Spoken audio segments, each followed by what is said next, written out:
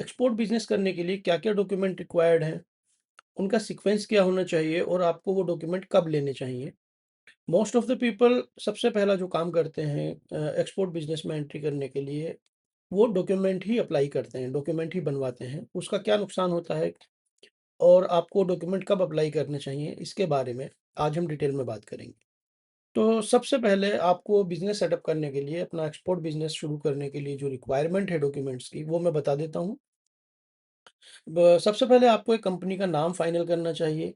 उसका रजिस्ट्रेशन जो है हमें कराना है, तो सबसे पहले हमें नाम चाहिए। प्रोप्राइटरशिप हो सकता है, पार्टनरशिप हो सकता है, प्राइवेट लिमिटेड जो है वो हो सकता है, लिमिटेड लायबिलिटी पार्टनरशिप यानी एलएलपी हो सकता है। और साथ ही अगर आप प्रोप्राइटरशिप करना चाहते हैं या एज एन इंडिविजुअल काम करना चाहते हैं, तो आपको एक पैन कार्ड की रिक्वायरमेंट होगी।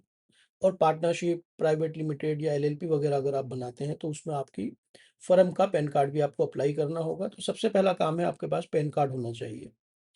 दूसरा स्टेप है करंट अकाउंट ओपन करना। तो एक अगर आप एक्सपोर्ट करेंगे, तो उसके लिए आपको एक करंट अकाउंट की रिक्वायरमेंट होगी।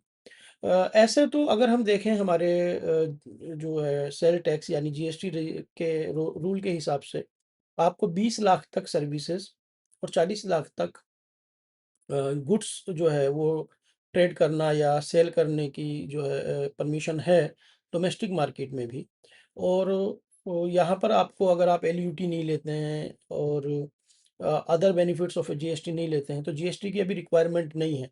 बट करंट अकाउंट खोलने के लिए ही बैंक आपका करंट अकाउंट ही नहीं खोलता है विदाउट जीएसटी। जबकि आईसी लेने के लिए जो है हमें वो जीएसटी की रिक्वायरमेंट नहीं होती है। तो लेकिन फिर भी मैं ये सजेस्ट करूँगा कि आप जो है वो पैन कार्ड के बाद सबसे पहले जीएसटी अप्लाई करें। और जीएसटी के बाद, जीएसटी अप्लाई करने के बाद आपको जो है वो इसकी रिटर्न फाइल करनी होती है। तो इस बात का ध्यान रखना है कि जब तक आपके और सारी चीज़ें रेडी ना हों, यानी आपकी प्रोडक्ट नॉलेज जो है वो रेडी ना हो। इससे पहले वीडियो में मैंने आपको पूरा बताया था कि आपको जो है सोर्सिंग कैसे करनी है, और उससे पहले वीडियो में आप चैनल पर जाकर देख सकते हैं कि वीडियोज़ में आपको मिल जाएगा कि क्या सीक्वेंस है एक्चुअली एक्सपोर्ट का। आप एक्सपोर्ट बिज़नेस में अगर जाना चाहते हैं, नए हैं यहाँ पर, तो आपको वो वीडियोज़ देख कर के ये पता लग जाएगा कि एक्चुअली बिज़नेस में, एक्सपोर्ट बिज़नेस में स्टेप बाय स्टेप कौन-सी चीज़ों को कब करना है, कौन-सी चीज़ों को बाद में करना है। तो हम डॉक्यूमेंट के बारे में बात कर रहे थे। पैन कार्ड अगर आपके पास है या आपकी फर्म का जो आपने पैन कार्ड बना लिया है in case of partnership, LLP और प्राइवेट लिमिटेड, तो सबसे पहला काम आपको जीएसटी ही लेना पड़ेगा, क्योंकि उसके बगैर आपका बैंक अकाउंट ये लोग नहीं खोलते हैं, जबकि वो मैंडेटरी नहीं है बैंक करंट अकाउंट खोलने के लिए। लेकिन बैंक की अपनी मर्ज़ी है, बैंक नहीं खोलता है। तो उसके बाद आप जो है जीएसटी ले लें। जीएसटी लेने के बाद आप जो है करंट अकाउंट खोलें, या उससे बेटर ये है कि आप आईसी अप्लाई करें। आईसी में जो है आप डीजीएफटी की साइट से जा कर के अप्लाई कर सकते हैं खुद से भी।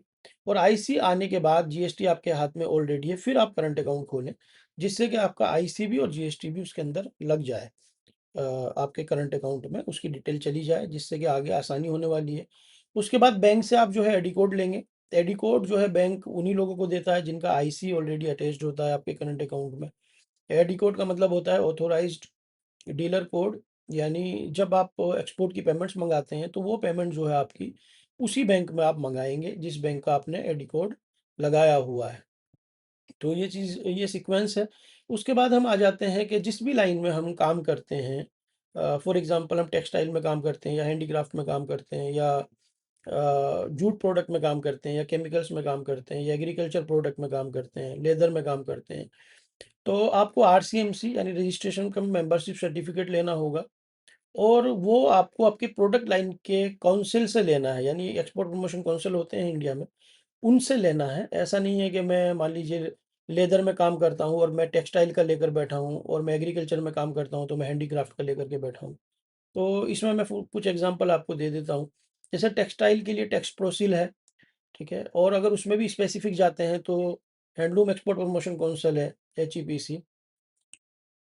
और अगर आप जो है हैंडीक्राफ्ट में जाते हैं तो ईपीसीएच है, एग्रीकल्चर में जाते हैं तो एपेडा है, और लेदर में जाते हैं तो सीएलई है। तो ये सारे जो है आपके सामने एग्जांपल्स हैं आरसीएमसी के लिए। प्रोडक्ट स्पेसिफिक सर्टिफिकेशंस की भी रिक्वायरमेंट होगी आपको टाइम के साथ। और वो प्रोडक्ट स्पेसिफिक सर्टिफिकेशंस क्या हो सकते हैं? जैसे अगर आप फूड में जाते हैं तो एफएसएसआई का आपको लाइसेंस लेना पड़ेगा, एपेड आपको लेना पड़ेगा, एचएससीसीपी आपको लेना पड़ेगा। टेक्सटाइल में ओके टैक्स वगैरह की रिक्वायरमेंट हो सकती है। ये बायर की अपनी रिक्वायरमेंट पर होता है, बायर मांग सकता है आपसे, तो फिर आपको ये चीज़ें चाहिए। ऑर्गेनिक में एनपॉप, यूएसडीए ऑर्गेनिक, इलेक्ट्रॉनिक्स में सी आरओएचएस जो है, ये सर्टिफिकेशंस की रिक्वायरमेंट होती है। और मार्केटिंग वगैरह के लिए अगर हम बात कर रहे हैं तो आपको जो है कंपनी प्रोफाइल वगैरह आपकी रेडी होनी चाहिए, कैटलॉग आपका रेडी होना चाहिए, जिसको मैं पहले भी वीडियोस में समझा चुका हूँ कि आपको इन सारे डॉक्यूमेंट वगैरह के मसले में पढ़ने से पहले आपको अपना ऑनलाइन प्रेजेंस बनाना चाहिए। परफॉर्मा इनवॉइस वगैरह की जो है वो आपके पास फॉर्मेट्स वगैरह रेडी होने चाहिए। और क्या कम्युनिकेशन होना है, प्रोडक्ट के बारे में जो डिटेल्स हैं वो आपके पास रेडी होनी चाहिए। ये सीक्वेंस है डॉक्यूमेंट्स का। अब इसमें होता क्या है कि अगर आप इसको पहले ले लेते हैं और आपको 6 महीने या 1 साल लग जाता है, तब तक आपको जो है जीएसटी का रिटर्न चाहे वो ज़ीरो हो, भरनी होगी, तो उसमें आपका खर्चा रेगुलर हो जाता है। तो मैं इसमें ये सजेस्ट करता हूँ कि जब आप एक्सपोर्ट शुरू करें और तो पहले आप अपने अदर वर्क कीजिए, जैसे ऑनलाइन प्रेजेंस बनाइए जो फ्री में बनाना है आपने। उसके लिए वीडियोज़ अवेलेबल हैं, हमारे चैनल को सब्सक्राइब कर लें, वहाँ जाकर के वीडियोज़ देखें। हमारा टेलीग्राम ग्रुप है, ग्लोबल एक्जिम अकेडमी, उसमें हम आपके पर्सनल सारी क्वेरीज़ को वन बाय वन एड्रेस करते हैं। आप वहाँ पर हमसे क्वेश्चन पूछ सकते हैं। हमारे यूट्यूब लाइव में भी आप हमसे जुड़ सकते हैं, उसका नोटिफ़िकेशन भी आपको, और नए वीडियोज़ का नोटिफ़िकेशन भी आपको टेलीग्राम ग्रुप में मिलता मिलता रहता है। तो इन चीज़ों का ध्यान रखना है कि हमें पहले डॉक्यूमेंटेशन के चक्कर में नहीं पड़ना है, बहुत बड़े सेटअप के चक्कर में नहीं पड़ना है। हमें सबसे पहले सोर्सिंग करनी है।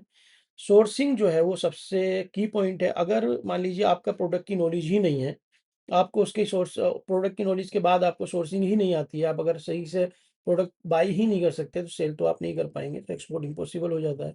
तो इन चीज़ों का ध्यान रखिए, लर्निंग करते रहिए।